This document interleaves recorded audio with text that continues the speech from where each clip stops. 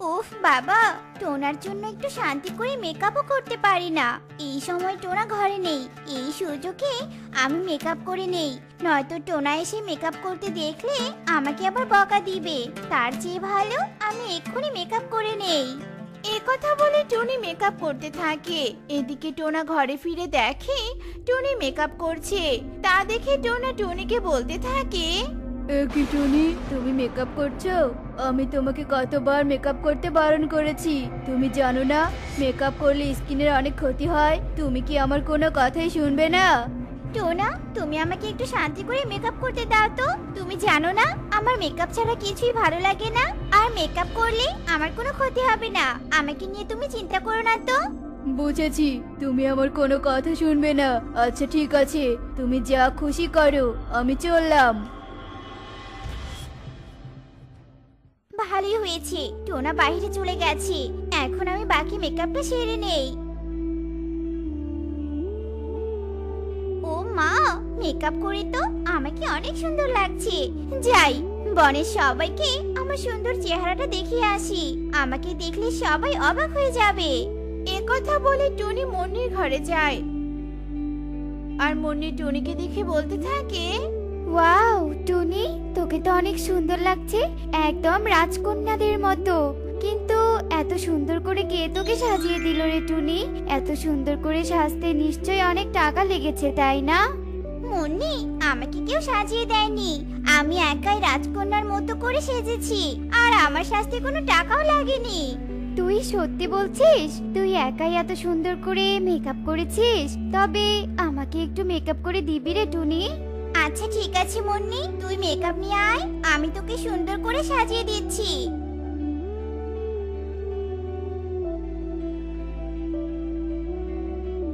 মুন্নি, তোর মেকআপ করা শেষ, তোকে অনেক সুন্দর লাগছে। চল আমরা বন থেকে ঘুরে আসি। আচ্ছা ঠিক আছে, চল তবে। এরপর টুনি ও মুন্নি মেকআপ করে বনে ঘুরতে যায়, আর তখন তাদেরকে টিয়ে দেখতে পায়। এ কি টুনি মুন্নি, তোরা মুখে এসব কি লাগিয়েছিস? তোদের দেখতে তো একদম বাজে লাগছে। আয়নায় গিয়ে একবার তোদের চেহারাটা দেখেছিস? যা, আয়নায় গিয়ে নিজের চেহারাটা দেখ। এসব বলেই টিয়ে সেখান থেকে চলে যায়। আর তখন সেই পথ দিয়ে মুন্নির মা মিনু টুনটুনি যাচ্ছিল। এ কি মুন্নি, তুই মেকআপ করেছিস? আসলে মানে কি? আসলে মানে করছিস? ও বুঝেছি, এই শয়তান টুনি তোকে এভাবে মেকআপ করে দিয়েছে, তাই না? মাসিমা, আপনি আমাকে শয়তান বলছেন কেন? আর মুন্নিকে তো মেকআপ করে বেশ ভালোই লাগছে, আপনি শুধু শুধু রাগ করছেন কেন? আমি শুধু শুধু রাগ করছি, তাই না? শয়তান মেয়ে, তোকে না কতদিন বলেছি আমার মেয়ের আশেপাশে না ঘুরতে, তুই তবুও আমার মেয়ের মাথাটা খাচ্ছিস। এক্ষুনি এখান থেকে চলে যা, চলে যা বলছি। মিনু টুনটুনির হাতের থাপ্পড় খেয়ে টুনি অনেক কাঁদতে থাকে, আর সেখান থেকে চলে যায়।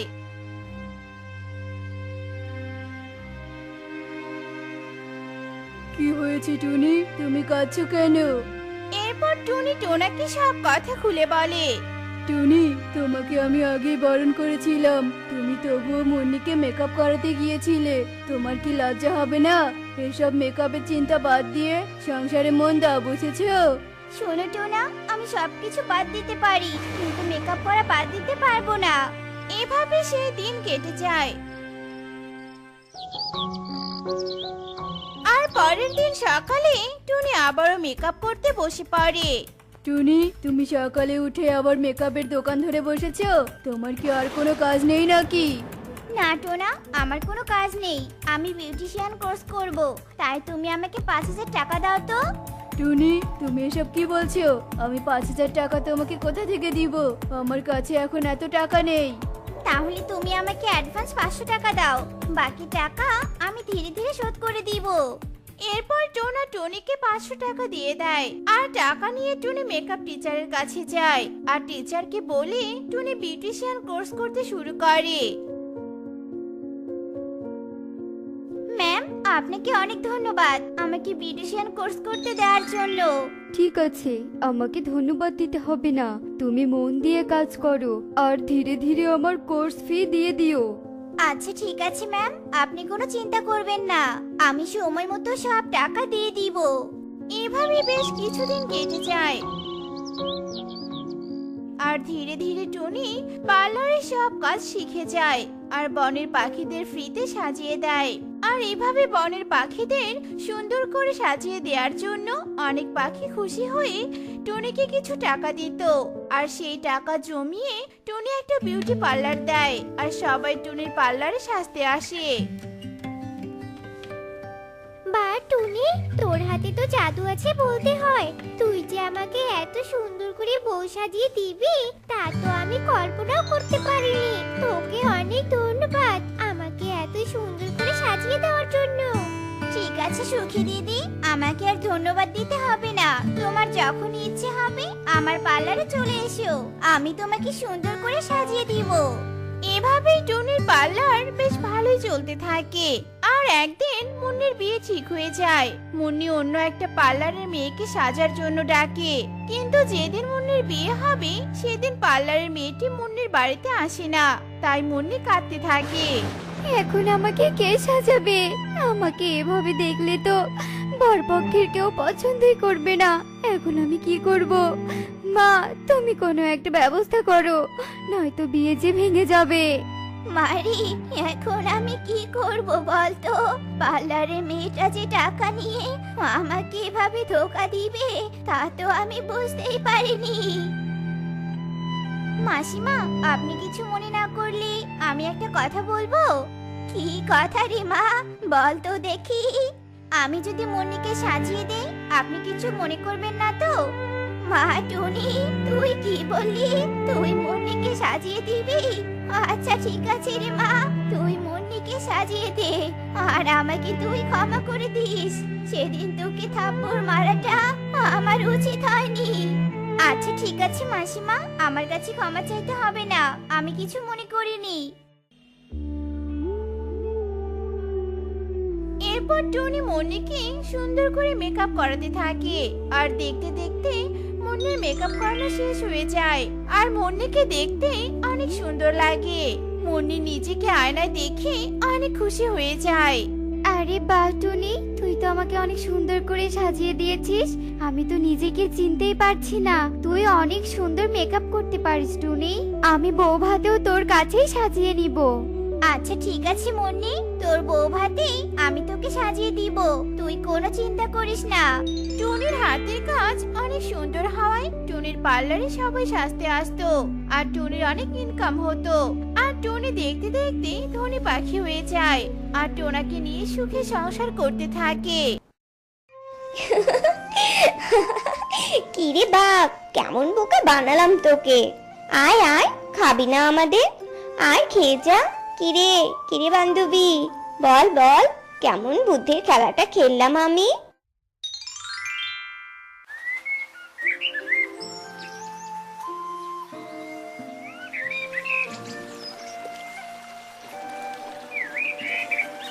বুঝি টুনি, এই বনে থাকলে আর আমাদের কপালে কোনো কাজকর্ম জুটবে না।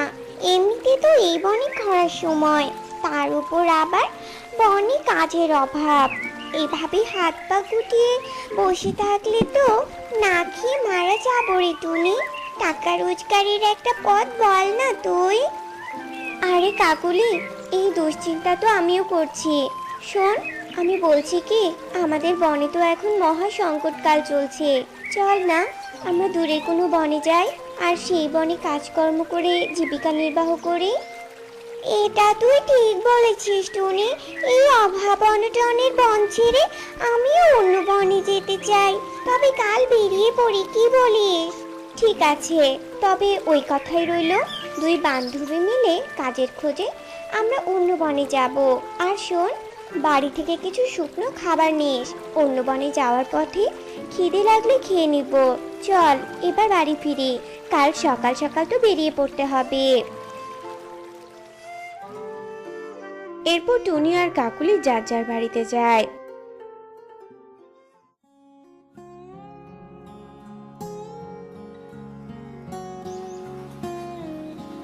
এরপর রাত হয়, সকালও হয়। সকাল হতেই কাকুলি একটা হাঁড়ি নিয়ে টুনির বাড়িতে আসে। কই রে টুনি, ঘর থেকে বেরিয়ে আয়, সকাল হয়ে গেছে তো। আজ না আমাদের অন্য বনে কাজ খুঁজতে যাওয়ার কথা ছিল। ও টুনি। টুনি বেরিয়ে আসে।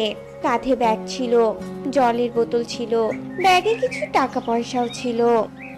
এই তো কাকুলি, আমি বেরিয়ে গেছি। কি রে কাকুলি, তোর হাতে ওটা আবার কিসের হাড়ি? ওই হাড়ির মধ্যে কি আছে? আরে টুনি, এই হাড়িতে দই আছে। পথে যদি খিদে লাগে তবে মজা করে আমরা দই খেতে পারবো রে। ভালোই করেছিস দই নিয়েছিস। আমি আমার ব্যাগে জলের বোতল আর 2 পয়সা নিয়েছি। কোনো দোকানে চিড়িমুড়ি কিনে নিব। চল চল, তাড়াতাড়ি এবার বেরিয়ে পড়ি, দেরি হয়ে যাচ্ছে আমাদের।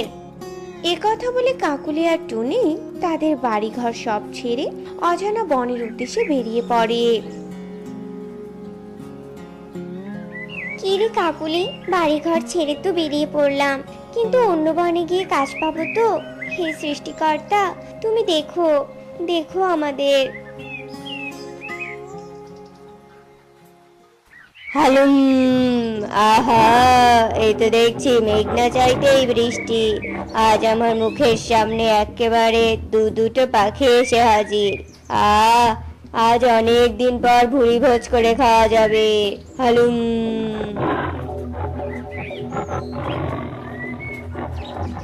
ওরে বাবা রে টুনি, আমরা অন্য বনে গিয়ে কাজ পাবো কিনা জানি না, কিন্তু এখন অবশ্যই ওই ক্ষুধার্ত বাঘের খাবার হব। এখন আমাদের কে বাঁচাবে রে টুনি? ওরে কাকুলি, তাড়াতাড়ি উড়াল দে উড়াল দে, প্রাণ বাঁচাতে হলে এক্ষুনি এখান থেকে পালাতে হবে। এ কথা বলে কাকুলি আর টুনি উড়াল দিয়ে পালিয়ে যায়, কিন্তু এদিকে নাছোড়বান্দা বাঘ নিচ দিয়ে তাদের পিছু নিতে থাকে। কাকুলি, বাঘ তো এখনো আমাদের পিছু ছাড়ছে না। এদিকে না খেয়ে ক্লান্ত শরীরে আমি আর বেশিক্ষণ উঠতে পারছি না রে।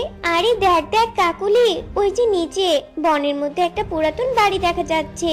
চল ওইখানে গিয়ে আমরা লুকিয়ে পড়ি। হ্যাঁ হ্যাঁ টুনি, চল তাড়াতাড়ি ওই পুরাতন ঘরে আমরা লুকিয়ে পড়ি। এ কথা বলে কাকুলি আর টুনি নিচে নেমে আসে। তারপর সেই পুরাতন ঘরে ঢুকে দরজা বন্ধ করে দেয়, কিন্তু দুর্ভাগ্যবশত বাঘ সেটি দেখে ফেলে। বাঘ সেই পুরাতন বাড়ির দরজার সামনে আসে।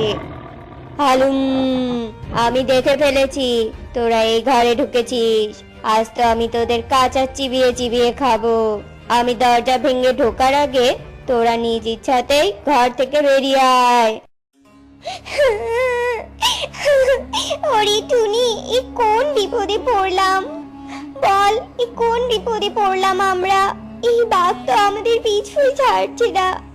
এবার তো একেবারে বন্দি হয়ে গেলাম, উঠতেও পারবো না, ঘর থেকে বেরোতেও পারবো না। দাঁড়া দাঁড়া কাকুলি, ভয় পাস না, আমাকে ভাবতে দে। এই বাঘের পেটে আমরা দুজন কেউই যাব না। বাঘের হাত থেকে রক্ষা পাওয়ার জন্য আমাকে বুদ্ধি বের করতে দে। কি করি কি করি, ভেবে পাচ্ছি না, দাঁড়া। কি করি?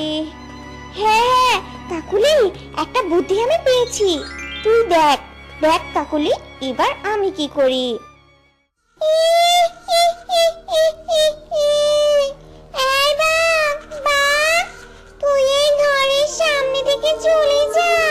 তুই যে দুটো পাখিকে খেতে এসেছিস, তারা দুজন এখানে আশ্রয়ের জন্য ঢুকেছিল, আর আমি তাদের মেরে খেয়ে নিয়েছি। আমার পেট এখনো ভরেনি। ওই 2 পাখি ছোট ছোট ছিল তো, আমি যদি একবার ঘর থেকে বের হই তবে কিন্তু তোকেও খেয়ে নেব। প্রাণের ভয় থাকলে পালিয়ে যা, আমি তোকে এখন খেতে চাচ্ছি না। যাবি নাকি আমি বের হব? ভেতর থেকে এমন ভয়ঙ্কর আওয়াজ আর কথা শুনে বাঘ মনে মনে ভাবে, ওরে বাবা রে, কি শুনছি আমি? এই ঘরের ভিতর থেকে রাক্ষসীর কথা ভেসে আসছে। আমি কি ভয় পেয়ে পালিয়ে যাব? না না, একবার পরীক্ষা করে দেখতে হচ্ছে সত্যি রাক্ষসী কিনা, নাকি ওই 2 পাখি আমার সাথে চাল করছে। ঠিক আছে, আমি চলে যাব, তবে যাওয়ার আগে আমি প্রমাণ চাই তুমি সত্যি রাক্ষসী কিনা। দিতে পারবে কোনো প্রমাণ, যাতে আমি বুঝতে পারি সত্যিই তুমি রাক্ষসী? বল, তোর কি প্রমাণ চাই? তুমি যদি সত্যি রাক্ষসী হয়ে থাকো তবে তোমার শরীর থেকে রক্ত বের করে আমাকে দেখাও তো। ঠিক আছে, ঠিক আছে, রাক্ষসের রক্ত দেখবি তুই? এই নে রক্ত দেখ, ভালো করে দেখে নে। এ কথা বলে টুনি দরজার একটু ফাঁকা অংশ দিয়ে কাকুলির সাথে করে আনা দইয়ের হাঁড়ি থেকে সাদা সাদা দই নিয়ে বাইরে ফেলে দেয়। আর বাঘ সাদা দই দেখে মনে মনে বলে, আরে আরে, সাদা রঙের রক্ত! সাধারণ কোনো পাখির তো লাল রঙের রক্ত হয়। তার মানে সত্যি ঘরের ভিতর রাক্ষসী আছে। না না, আর একটা পরীক্ষা করে নিশ্চিত হয়ে নেই। শোনো, শুধুমাত্র রক্ত দেখালেই আমি বিশ্বাস করব না। এবার তোমার দাঁত দেখাও তো, দেখি রাক্ষসীর দাঁত কেমন। এবার আমার দাঁতও দেখতে চাস? দাঁড়া, দেখাচ্ছি। আমি তোকে আমার রাক্ষসের দাঁত দেখাচ্ছি। এ কথা বলে টুনি তার ব্যাগ থেকে সেই 2 পয়সার কয়েন দরজার ফাঁক দিয়ে বের করে দেয়। আর বোকা বাঘ কয়েন কামড়ে দেখে বলে, আরে আরে, সত্যি তো, এটা রাক্ষসীর দাঁত। কি শক্ত! না, আর একটা প্রমাণ নেই। রক্ত আর দাঁত তো দেখলাম, এবার রাক্ষসীর শিং দেখতে চাই। রাক্ষসী, রাক্ষসী, শোনো, এবার আমার আরেকটা প্রমাণ চাই। এবার আমাকে একটা প্রমাণ দাও। ওরে বেটা বাপ, তো প্রমাণ দিলাম, তাও বিশ্বাস করছিস না? দাঁড়া, দরজা খুলে এবার আমি বেরিয়ে আসছি। তোর ঘাড় মটকাবো রে হারামজাদা। এ কথা বলে টুনি জোরে জোরে ঘরের মধ্যে লাফাতে থাকে। আর কাকুলি একটা লাঠি দিয়ে ঘরের দরজায় মারতে থাকে। কাকুলি আর টুনির এমন ঘরের মধ্যে শব্দ করাতে বাঘ একদম ভয় পেয়ে যায়।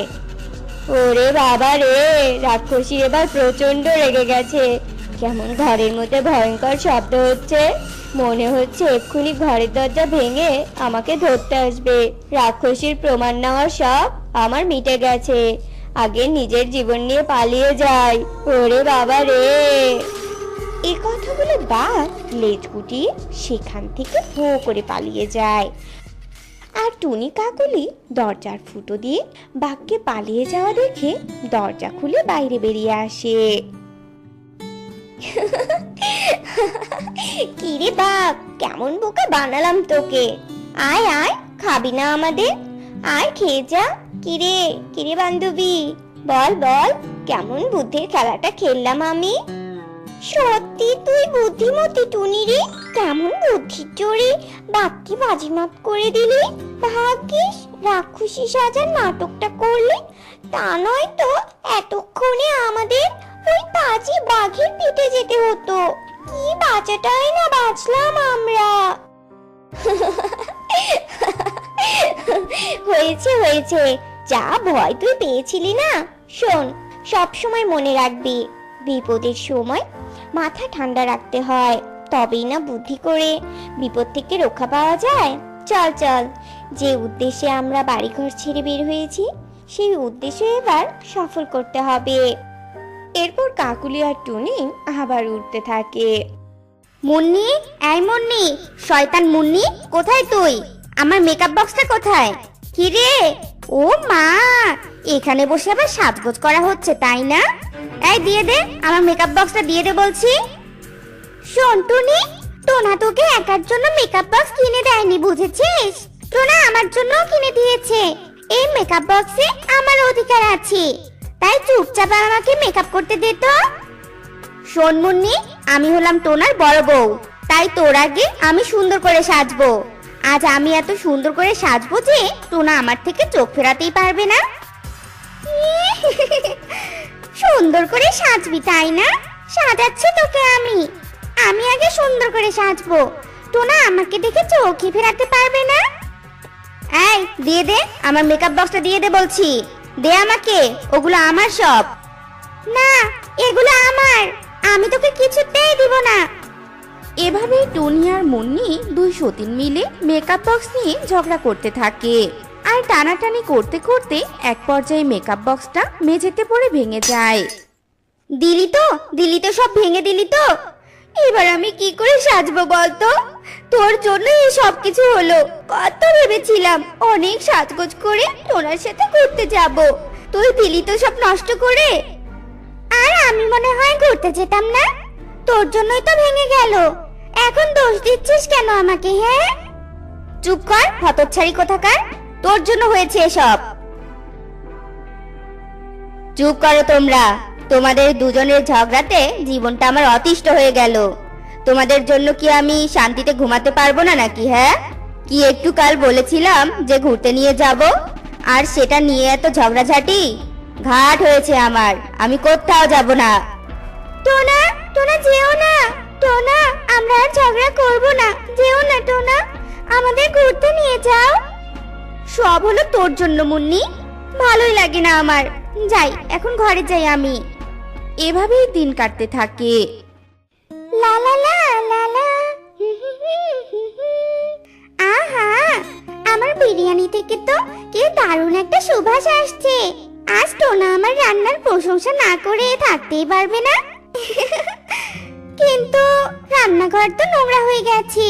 ধুর, পরিষ্কার করতে পারবো না, ওই টুনি করবে পরিষ্কার। কি কি টুনি পরিষ্কার করবে শুনি? কাল নাগিনি, আমার রান্নাঘরে রেখে দশা করেছিস তুই শুনি। হায় হায় রে, প্রথমে তো আমার সুখের সংসারে ঢুকে পড়েছিস, এখন আবার আমার রান্নাঘরে এসে রান্নাঘরটা নোংরা করছিস। শোন টুনি, তুই কাকে কি বলছিস বলতো? শোন, এ বাড়িতে আমি ভেসে ভেসে আসিনি, টোনা আমাকে ভালোবেসে বিয়ে করে এনেছে, তাই এ বাড়িতে আমার সম্পূর্ণ অধিকার আছে, বুঝেছিস? খুব কথা শোনালি আমাকে, তাই না? এবার তোর এই বিরিয়ানির আমি কি অবস্থা করি দেখ শুধু।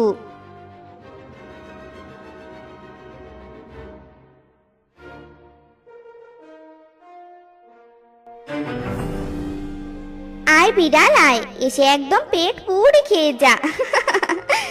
যাই, এখান থেকে কেটে পড়ি, নয়তো মুন্নি চলে এলে বুঝতে পারবে। এরপর টুনি চলে যায় আর বিড়াল এসে বিরিয়ানি খেতে থাকে। হায় হায় রে, এই শয়তান বিড়াল, এই দিলি তো আমার সব শেষ করে। হায় হায় রে, আমি এত কষ্ট করে বিরিয়ানি রান্না করলাম, আর এই বিড়াল এসে কিনা সব খেয়ে গেল। শয়তান বিড়াল, আজ তোকে আমি মেরেই ফেলবো। এরপর মুন্নি একটা লাঠি নিয়ে আসে, আর যেই না বিড়ালকে মারতে যাবে অমনি বিড়ালটা পালিয়ে যায়। আর টুনি দূর থেকে এসব দেখে হাসতে থাকে। বেশ হয়েছে, এবার টোনাকে বিরিয়ানি খাওয়া দেখি কিভাবে খাওয়াস। এই মুন্নি, আমার খুবই ক্ষুধা পেয়েছে, আমাকে কিছু খেতে দাও তো। আজ তো আমার জন্য বিরিয়ানি রান্না করতে চেয়েছিলে তুমি, তাই না? তো কোথায় সেই খাবার? মানে টোনা, আসলে আমি তো রান্না করেছিলাম, কিন্তু একটা শয়তান বিড়াল এসে সব খেয়ে গেছে জানো। বুঝেছি, কোনো একটা কাজ তুমি ঠিকভাবে করতে পারো না, তা তো আমার জানাই আছে। এখন তাহলে আমি কি খাবো শুনি? আজ মনে হয় আমার না খেয়ে থাকতে হবে। টোনা, তুমি কি পাগল হয়ে গেলে নাকি বলো তো? তোমার এই গুণধরী বউ থাকতে তুমি কি না খেয়ে থাকতে পারো?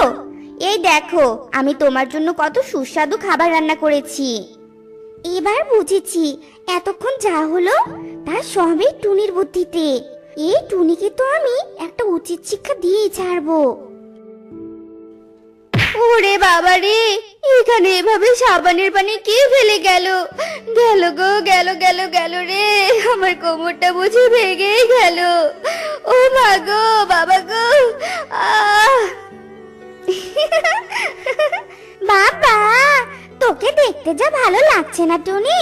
খুব তো সারাদিন ফটর ফটর করে আমার সাথে ঝগড়া করিস, এখন উঠতে পারছিস না কেন? হ্যাঁ, ও এবার বুঝেছি, এসব তোর জন্য হয়েছে তাই না? দাঁড়া, তোকে এবার আমি লাঠির আঘাতে ঠিক করব। শয়তান মুন্নি কোথাকার। মরে গেলাম গো, মরে গেলাম। এই টুনি, এই ছাড় ছাড় বলছি আমাকে। ও বাবা গো, মা গো, মরে গেলাম গো। এভাবে 203-এর মাঝে অনেক ঝগড়া আর মারামারি হতে থাকে। এভাবেই দিন কাটছিল। একদিন টোনা যখন রাস্তা দিয়ে হাঁটছিল, এমন সময় মিনু টুনটুনির সাথে তার দেখা হয়ে যায়। আরে মিনু মাসি যে, তো কেমন আছো শুনি? আর ভালো থাকা বাবা, যেখানে তোর এই ঝগড়াটে দুই বউ আছে সেখানে কি করে ভালো থাকি বলতো? সারা দিন তোর দুই বউয়ের ঝগড়া শুনতে শুনতে আমি ক্লান্ত হয়ে গেছি। তার বলতে আমিও যে ক্লান্ত হয়ে পড়ে গেছি গো। ওদের মাঝে কোনো মিল খুঁজে পাই না আমি। শোন বাবা, এভাবে চলতে থাকলে দেখবি আশেপাশের বাড়ির পাখিরা তোর বাড়িতে নালিশ নিয়ে যাবে। তাহলে আমি কি করব বলো মাসিমা? কি করে আমি ওদের মাঝে মিলবন্ধন তৈরি করব?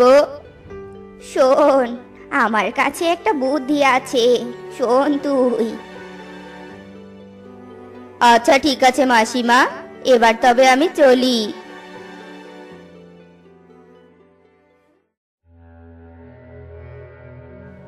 কি হয়েছে টোনা, তুমি এমন মুখ গোমড়া করে ফিরলে যে? কি হয়েছে বলো তো? তাই তো, তুমি তো হাসি মুখে বাড়ি থেকে বের হয়েছিলে, তাহলে কি এমন হলো হঠাৎ করে বলো তো? তোমরা দুজন থাকতে আমি কি হাসি মুখে থাকতে পারি নাকি বলো তো? তোমাদের জন্য বাড়ি থেকে বের হতে পারি না আমি। সবাই নালিশ দিচ্ছে আমায়। শোনো না, আমি একদম ঝগড়া করি না, সব মুন্নির দোষ। এখন সাধু সাজা হচ্ছে তাই না? তুই ঝগড়া করিস? চুপ, সব দোষ আমার। আমি দুটো বিয়ে করেছি আর এটাই আমার দোষ।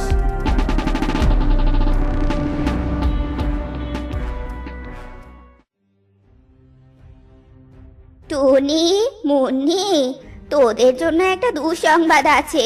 শোন, টোনা রোড অ্যাক্সিডেন্ট করে হাসপাতালে আছে, আর বলেছে তোরা দুজন যেন দেখতে না যাস। কি কি বলছো মিনু মাসি? তুমি এসব কি বলছো? না, আমাদের টোনার কিচ্ছু হতে পারে না। আমরা ভালো হয়ে গেছি। কি রে মুন্নি, কিছু বলছিস না কেন? আমি আর তোর সাথে ঝগড়া করব না মুন্নি। আমরা মিলেমিশে দুই বোনের মতো থাকবো। হ্যাঁ টুনি দিদি, আমিও আর ঝগড়া করব না। ও মিনু মাসি, তুমি আমাদের টোনার কাছে নিয়ে চলো, আমরা টোনার কাছে ক্ষমা চেয়ে নিব। কোথাও যেতে হবে না তোমাদের, আমি এখানেই আছি। টোনা, তোমার কিচ্ছু হয়নি টোনা? না টুনি, তোমাদের দুজনের শিক্ষা দেওয়ার জন্য মিনু মাসির সাথে বুদ্ধি করেছি আমি। যাই হোক, আর কখনো ঝগড়া করো না কেমন? হ্যাঁ টোনা, আমরা আর কখনো ঝগড়া করব না। তো বন্ধুরা, আজকের এই গল্পটি তোমাদের কাছে কেমন লেগেছে তা কমেন্টে জানাতে ভুলো না কিন্তু।